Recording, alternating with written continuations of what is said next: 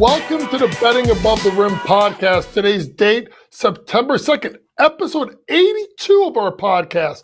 In today's podcast, we get to a bunch of topics. Fresh off of their win yesterday, the Indiana Fever folks are over 500 for the first time this season, and now we're in 6th place in the WNBA standings.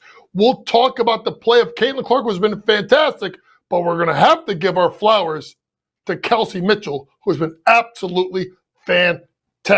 Next to the W, we'll preview the 4 games that tip off on Tuesday the 3rd. We have Seattle taking on the Connecticut Sun. We have the Washington Mystics heading to Dallas to take on Enrico Mubale and the Wings. Angel Reese and the Chicago Sky versus Asia Wilson and the Vegas Aces. And then we also have, obviously, Atlanta Dream taking on the Phoenix Mercury. After previewing those 4 games, we'll head to the NBA as we go through alphabetically all the teams previewing for the NBA season. We're going to the Ds. We're going to, first of all, we'll have the Dallas Mavericks. We'll then go to the Denver Nuggets, and then we'll finish it off with the Detroit Pistons. Thank you for listening, as always, folks. And let's get started in the WNBA. And, folks, the Indiana Fever are playing such phenomenal basketball as of late. And you can look at the fact that this team, who did not look very promising early on in the season, folks, and let's be honest here, I, for one, was questioning whether Christy Sides could even be the head coach. A team that started off the season 0-5, a team that started off the season 1-8, is now on an absolute heater, winning 4 games in a row.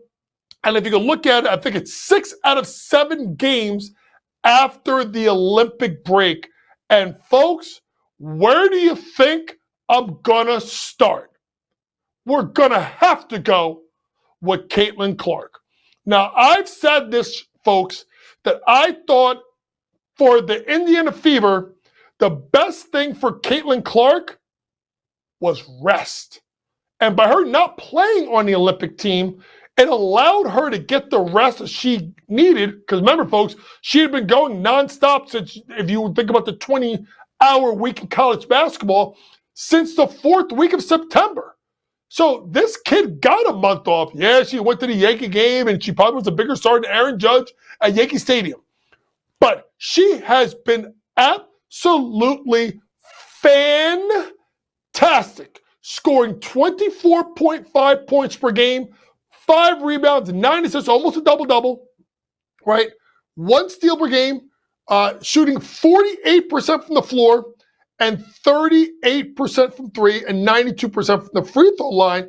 So you kind of start to look at her mark is, think about this, folks. She's scoring 18.7 for the season, 8.4 assists. So right then and there, her shooting, her scoring has been up. But here's the thing, folks, that I want people to understand here with Caitlin Clark. Okay? Coming out of the Olympic break, all right, she has, I do believe, I think it's 3 games that she has shot at least 44% from 3. If you look at going back earlier in the year, I think she only did that, 4 or 5 times beforehand. So she's shooting the ball at a much better clip, particularly from 3. And I think that's pretty important because that was something that we thought that she was always going to do. 34% from 3 for the season, 38% since the Olympic break, right? Shooting the ball from the floor, 42% from the floor for the season, 48% since the Olympic break. You see where I'm going here? She's shooting the ball at a really high clip. And if you have a person in Caitlin Clark that could shoot it at 48% from the floor, almost 40% from 3, and then have the ability to dime people up, that makes that team even more dangerous. Because now you can't load up on Caitlin. You have to figure out, you have to pick your poison. Do we give her the 3 and take away the drive, or we get up into her space, make her punch the gap, and make her find other people? Well, if you're talking about finding other people, can we talk about Kelsey Mitchell? I mean, folks, Kelsey Mitchell, I know. All right, I'm going to say this. Besides Asia Wilson, Kelsey Mitchell's been the best player in the second half of the WNBA this season. You don't believe me? Okay, let's just put it to you like this. Since the Olympic break, Kelsey Mitchell, ready? I'm going to go from the first game from the Olympic break after. 28-5, 28-2-3, 21-4-3, 29-7, 23-4-3, 23, and then last game, 36-6-3. And every game but one, did she shoot the ball 50% or higher every game, except for one. And that one game she shot 43.5%, but had 29 points and 7 assists. 7 rebounds. So Kelsey Mitchell's game has exploded, folks. She's got 20-point games every game since the break, and that's 7 games. Folks, during the first half of the, I'm sorry, not even the first half, up until the Olympic break, Kelsey Mitchell had 5 games that she scored over 20. She scored 7 in a row. So now we have this Batman-Robin duo with Indiana, and you're like, oh, smokes. Like, how can we stop a team like this? And I think that's the thing that's really been key for Caitlin is she's got that co-star with her. You got to remember, they didn't play well early. Aaliyah Boston got going a little bit early, a little bit later in the year. But people forget how good Kelsey Mitchell has been in this league. She's been in the league 6 years. And if you look at her stats, last year, folks, she scored 18.2 points per game. Listen, since 2020, she has scored 17.8 points per game or more every season. Kelsey Mitchell is no slouch. She just had to find her way with Caitlin, and Caitlin had to find her way with Kelsey. And I think because of the two of them playing so well together, they've become dangerous. I think one thing you have to look at is the fact of their ability to trade roles, right? If you look at the last game, right, they trade roles and who's the scorer, who's the distributor. 15 points in the first half for Mitchell, 12 for Clark. When you have two players at the guard spot that can create their own shot, right, and then go ahead and score. And you got to remember, folks, Kelsey Mitchell is shooting the ball almost 40% from 3. She's shooting it better than Caitlin Clark is. So if you have Mitchell scoring and playing the way that she's always played in her career with Caitlin Clark, folks, this team is going to be dangerous in the playoffs. And I'm so invested in them right now because if they get the right matchup, they're going to win their first round series. And I'm going to tell you this right now. They would love if they got the Indiana Fever to the semifinals. If they got the Indiana Fever to the semifinals, the more they play, the better the ratings are going to be. I don't care what anybody says. The better that team plays and the further they go is going to make it absolutely fantastic. And right now, if the season were to end today, they would play the Minnesota Lynx. Now, I'm going to just say this really quick before I move to the games. It's going to be tricky with the playoffs because I think New York is going to hold off Connecticut. Remember, New York won the season series 3-1. They're 2 games ahead in the loss column, which means they're up by 3 games, technically, on the Connecticut because they will win the tiebreaker. So if New York is 1, then it becomes that 2-3 race between Connecticut and Minnesota, right? Because Connecticut's got 8 losses, Minnesota has 9 losses. And then it gets tricky again 4-5, Aces with 12 losses, Storm with 13, and then the same thing again with 6-7, Indiana with 16 losses, Phoenix with 17, and then again with Chicago and Atlanta with 21 losses. Here's what we're going to do. Before I move on to the games, I want to make sure you know next week we're going to do a little bit of I don't want to call it a playoff, but we'll kind of set the table with the standings. And I'm going to make some intriguing cases about the draft lottery in the WNBA, because would teams be tanking for Kiki Arifin or Paige Beckers? Stay tuned for that next week. Let's move on to the games to be scheduled to be played on Tuesday. And let's first start off with the game in regards to Seattle Storm taking on the Connecticut Sun. Right now, the Connecticut Sun are a minus 3-point favorite. And when you look at this matchup, folks, I am not really big on what I'm seeing out of the Seattle Storm. Folks, the Seattle Storm have not covered a game in 9 straight.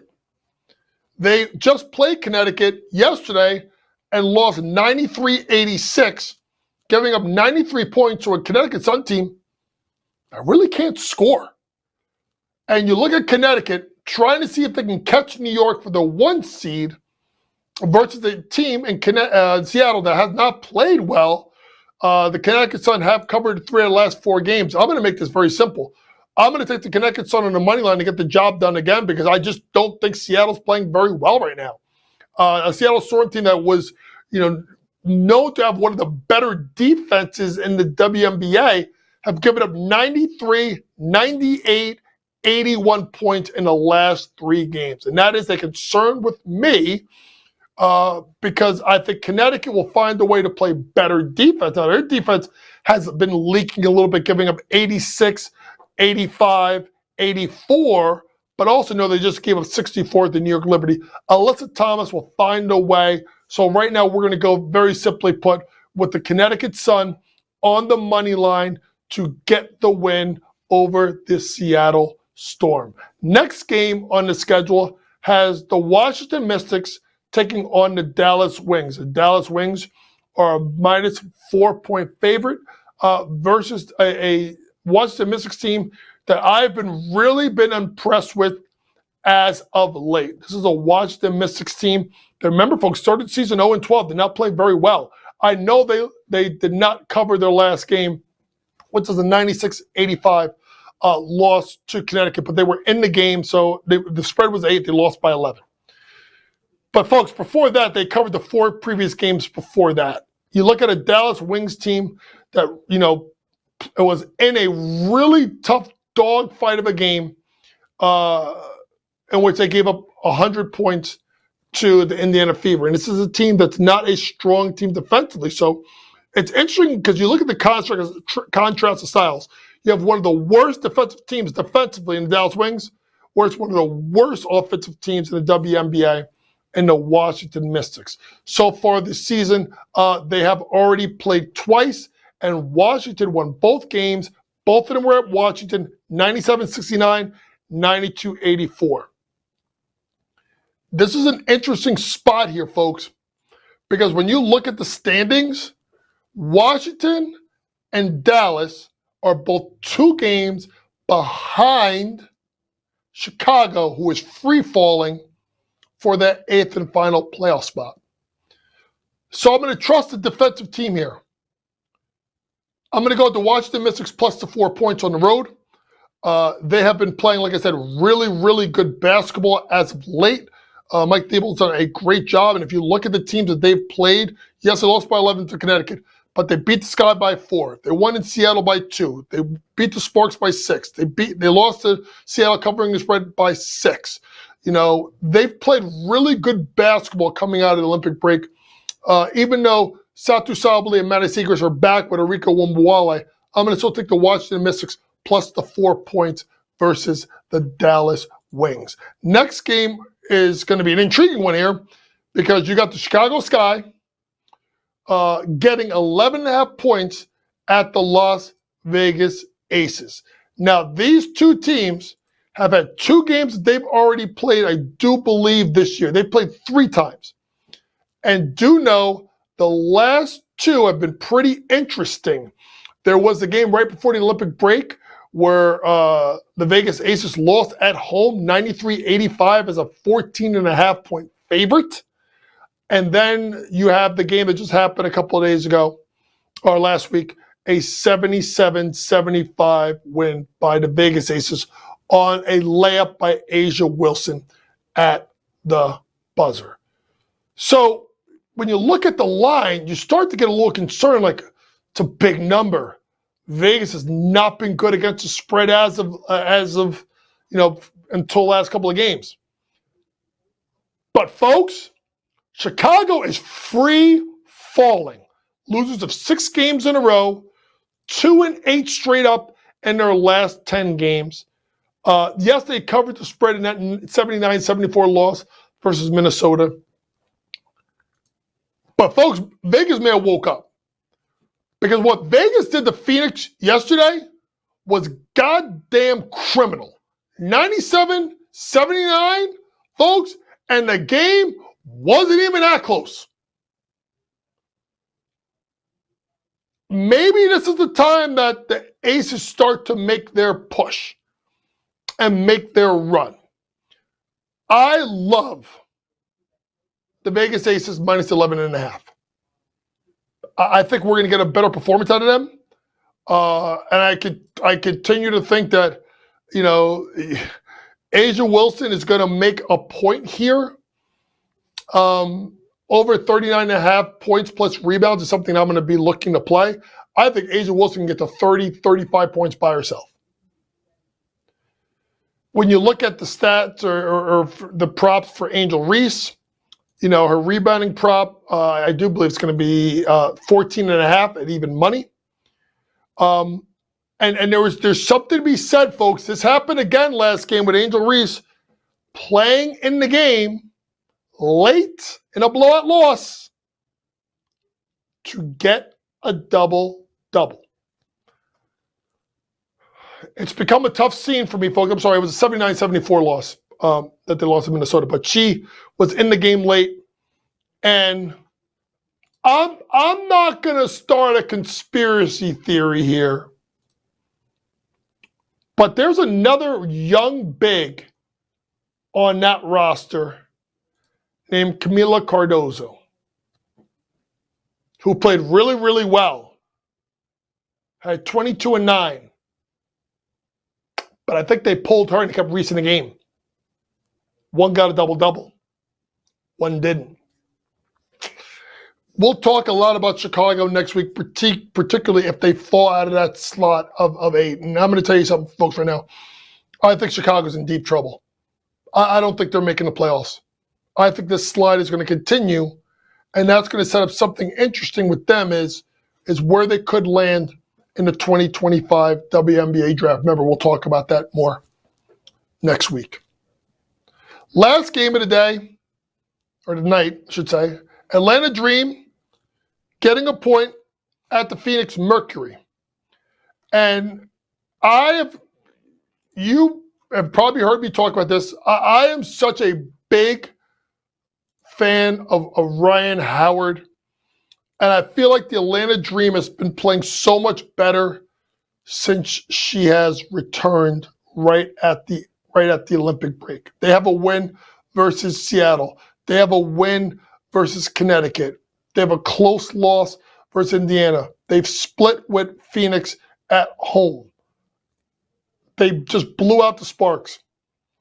And I look at this team in the Phoenix Mercury, and it's not adding up. It's not jiving with me. The way they have played the Phoenix Mercury. They've not covered the spread of 4 of their last 5 games. And some of those games, and granted, folks, one was against Atlanta. They lost by 9. Then they had one. They won by 2. They were a 1-point favorite. And then the last 3 games, they lost to the Liberty by 14, the Lynx by 13, and Vegas Aces by 17 or 18. Now, you can sit there and say this is going to be a better matchup, But I am a believer in this Atlanta Dream team. And I honestly think, folks, I think the Atlanta Dream are going to make the playoffs. I think they're gonna make the playoffs because I think Chicago's going to continue to falter. So I'm going to go ahead. I'm going to take the Atlanta Dream on the money line in that game as a slight underdog. It's minus 108 in the money line on the money line, so it's still pretty close to even money. When you look at any kind of props, I'm obviously looking at the play of Tina Charles. Has been absolutely fantastic. Tina Charles will get a double-double as a minus 125. The wily veteran that's been around for a long time has I don't even want to call her a resurgence with Tina Charles, because I remember watching Tina Charles play when she was at Christ the King High School a long time ago, and she's getting you 15 points, 9.2 rebounds a game, and has double-doubles, and I think in 5 out of the last 6 games, including double-doubles of 14 and 13, 12 and 17 versus Phoenix Mercury. Either go over her rebounding prop, or if you want to, minus 125, Tina Charles, the veteran, to get a double-double. Let's switch gears. Let's go to the NBA, and let's get our preview going with 3 more teams. Let's start with the Dallas Mavericks, a team that made it to the NBA Finals with a 50-32 record. Their over-under win totals at 49.5. Their odds to win the Southwest Division is plus 105. The odds to win the Western Conference is plus 480. And their odds to win the NBA championship sit squarely at 10-1. And when you look at this team, the first thing you want to look at to me is the Southwest Division, okay? Because we're gonna. I don't think they're gonna win the division, and I think this division is much better than people think. I'm very high on New Orleans. We'll talk about them when we get to them. We'll talk about Houston in the next podcast. I think they're going to make a monumental leap. I think Memphis will be better with Ja Morant back and healthy. And I think San Antonio is going to take a big leap. So if I think those 4 teams are all going to be better than last year, I can't take the team that won 50 games to do it again. I'm going under 49.5 wins for this team. I do not think they win the Southwest Division. I actually think it's going to be New Orleans with a sneaky pick that it could be Houston. And I don't think they go very deep in the Western Conference, because when you line up the Western Conference, right, are they better than Oklahoma City? No. Are they better than Denver? No. Are they better than Minnesota? No. Are they better than the Clippers? We got to see what the Clippers without having Paul George. Are they better than Phoenix? Close, but I think Dallas is going to regress. Are they better than New Orleans? No. Are they better than Sacramento? I don't think so. Are they better than Houston? May not be. Are they better than Memphis? Maybe not. So to me, I don't think they go far in the playoffs. I would be willing to even think about, if you could find it, the odds for them to make the play-in tournament. I think that is something that would be something that's of interest of me, especially you can get it at plus money, and they're plus 250. So all I'm saying is this: they don't finish top 6. They finish 7 to 10. And I really think Oklahoma City, Denver, Minnesota, Phoenix, and I think probably the Pelicans, and either Golden State, Sacramento, Houston, or Memphis are going to jump them. Maybe even the Clippers. So I am going to go ahead and I'm going to say this. I'm not going to bet them to win the Southwest Division. I'm not going to bet them to win the Western Conference. I'm not going to bet them to make the NBA Finals. But I'm going to bet them at 2.5 to 1 to be in the play-in tournament, because they'll get in slots 7 through 10. Remember, they only cleared it by 3 games last year. When you look at the odds, Luka to win MVP is plus 350. Luka was absolutely fantastic last year, getting about 34 points per game, 9.2 rebounds, 9.8 assists, 49% from the floor, 38% from 3. Folks, if there is if there's a way that I can sit here and say he doesn't win it, have y'all seen what Luka looks like? I mean, he don't look like that. He look about 25 pounds heavier than that. Luka didn't make the Olympics, and why I say it's great for some teams to not make the Olympics and to get the rest of their guys. Luka didn't make the Olympics, and now he looks like a tight end for the Dallas Cowboys. Luka does not look in shape, and Luka has done this before. I personally believe that the MVP is probably going to go to SGA. I know they would love to give it to Luka. I think it's going to SGA. I'll say this. I'll say this much as well. I think when we'll get to San Antonio, I've said it before. I love Wembanyama at 18-1. I just have this feeling this kid's going to go absolutely nuclear this year. Now, will I give him MVP, Most Improved Defensive Player of the Year? Probably not. But Luka Doncic, that's a favorite at 3.5 to win the MVP. I'm not taking it. I'm not buying him. I'm not buying Joker. I'm squarely at SGA at 5.5 to 1. Let's move on to the Denver Nuggets, who finished with 57-25 record last year. But folks, their overall win total is at 51.5 at even money. The juice is on the under at minus 122. Odds to win the Northwest Division, 2.5 to 1. Odds to win the Western Conference, plus 480. 9 to 1 to win the NBA Finals. Folks, they are in, I don't want to call them the hardest division, because I really think the hardest division is probably the Pacific. But you could argue 3 of the top 4 teams, maybe even all 3 of the top 3 teams in the Western Conference, all are in this division. And I got concerns for Denver. This has been a little bit of a 2-year slide. They lost Jeff Green.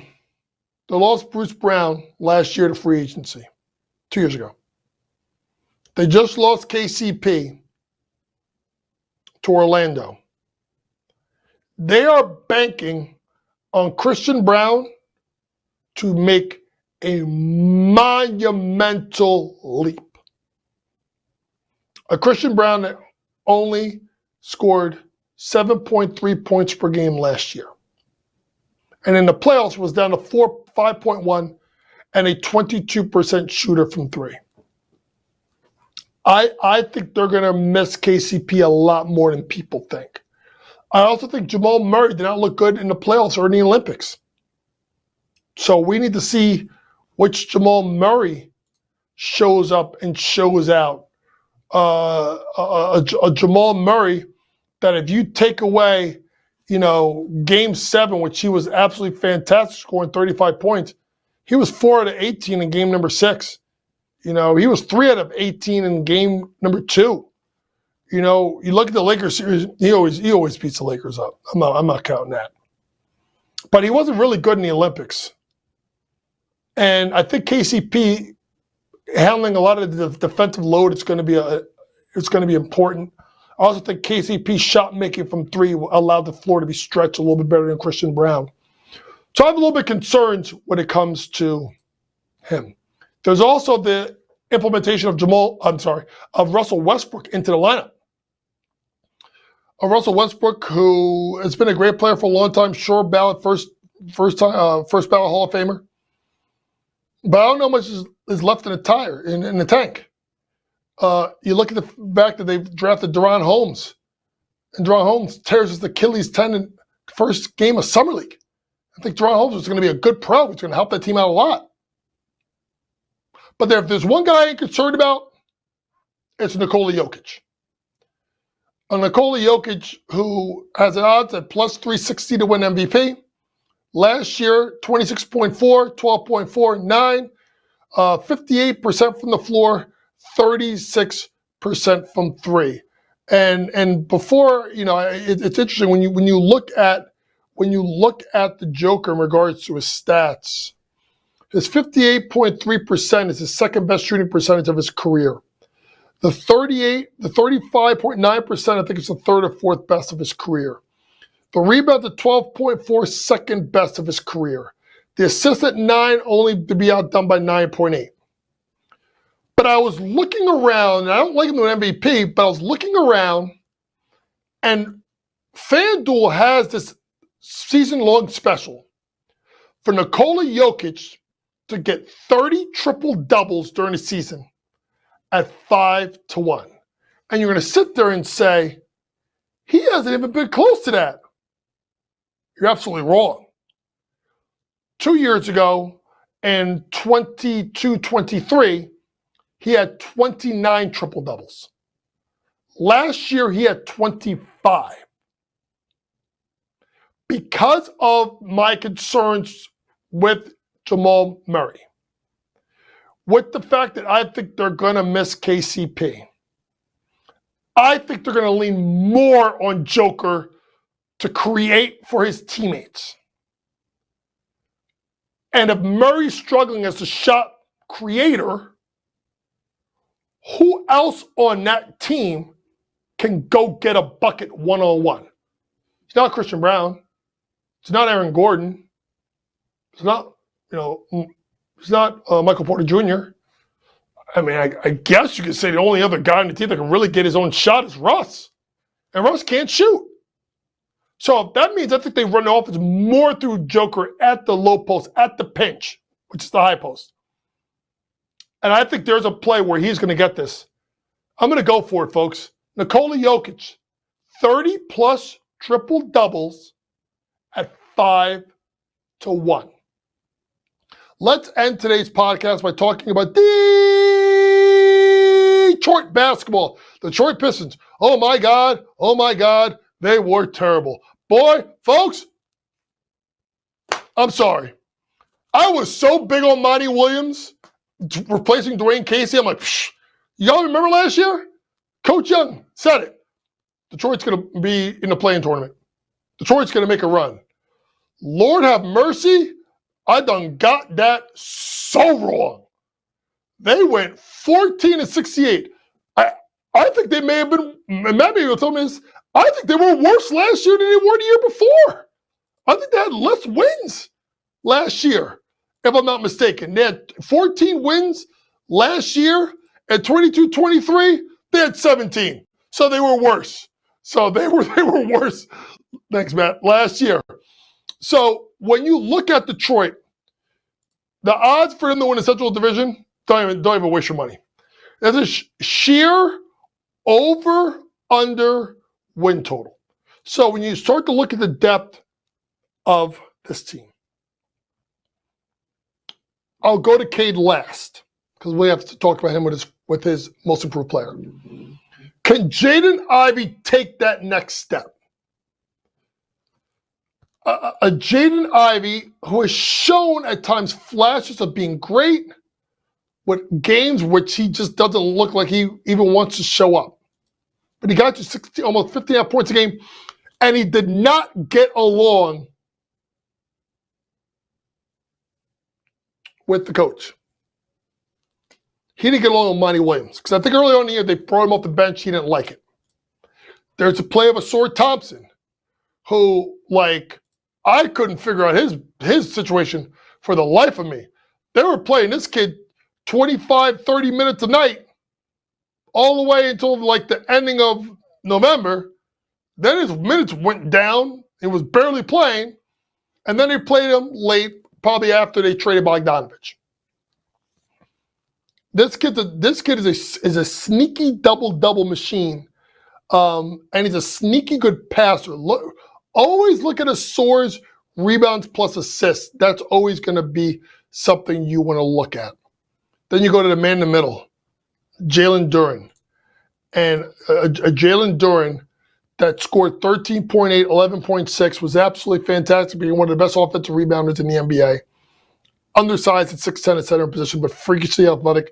Showed a little bit of a mid-range game. Let's see if he continues to do that with J.B. Bickerstaff. Then you look at, who they brought in. Marcus Sasser is a winner.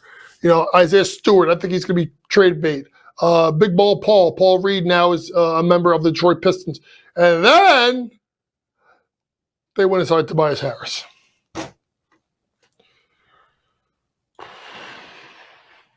Do y'all know Tobias Harris has made the most money in the NBA without making an all-star team in his career?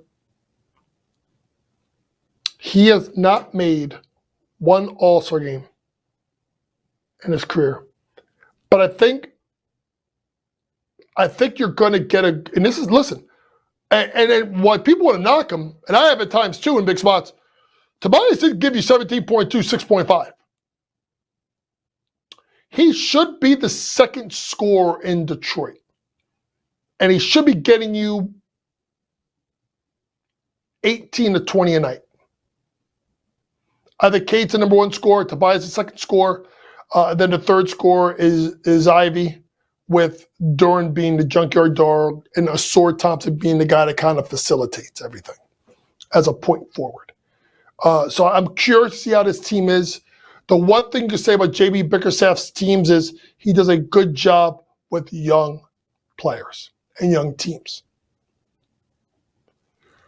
Am I going to fall for the banana and tailpipe again?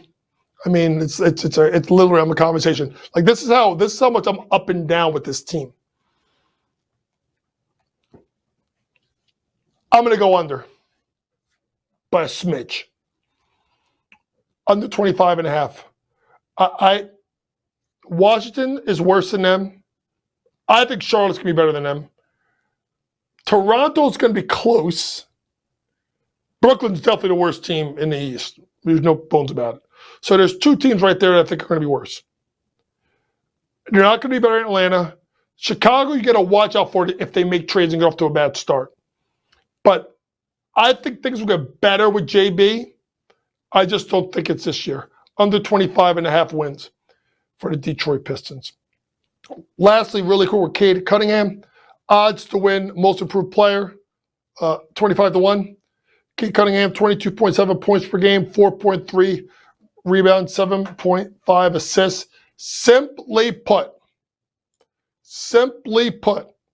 with Cade, if Cade is healthy and he gives you 70 games, he's going to be in the race. It's too good. It's too good. So if Cade can play 70 games and get you about 23 points, another assist to 8.5 assists, 4.3 rebounds, and he could shoot it a smidge better from three. Let's say to get him up to about 38%, shooting percentage at about 46%. Cade Cunningham, 25 to 1. Don't sleep on that to be most improved player. You got to remember, he was part of his select team this summer versus Team USA. And he played damn good. And I'm a big fan of Cade Cunningham. Yes, 3 coaches in 3 years stinks. But I look at what J.B. Bickerstaff did, particularly with Darius Garland. I think Cade is better than Garland. And maybe he unlocks it. I expect a huge year out of Cade Cunningham. 25 to 1 to be most improved player. I'm going to put a couple of bucks on it. This has been your Betting Above the Rim podcast for September 2nd. For all things sports gambling, please go download that Sports Grid app. Pre-game, in-game, post-game, props, predictions, and more from the very best in the sports gambling industry. Next podcast we're going to shoot on next Tuesday on the 10th to be released on the 11th. We're going to do a couple of things. We're going to look at the WNBA. We'll preview games. We'll look at this little tankathon thing, and we'll start to line up who may be tanking, who may be looking for that top pick of Kiki Arifin or Paige Beckers, along with previewing Golden State, Houston, and Indiana. For my producer, Matty George, Vinny, who always does a great job with the graphics. Thank you for listening, folks. Remember, it's smarter to be on Sports Grid. Good night.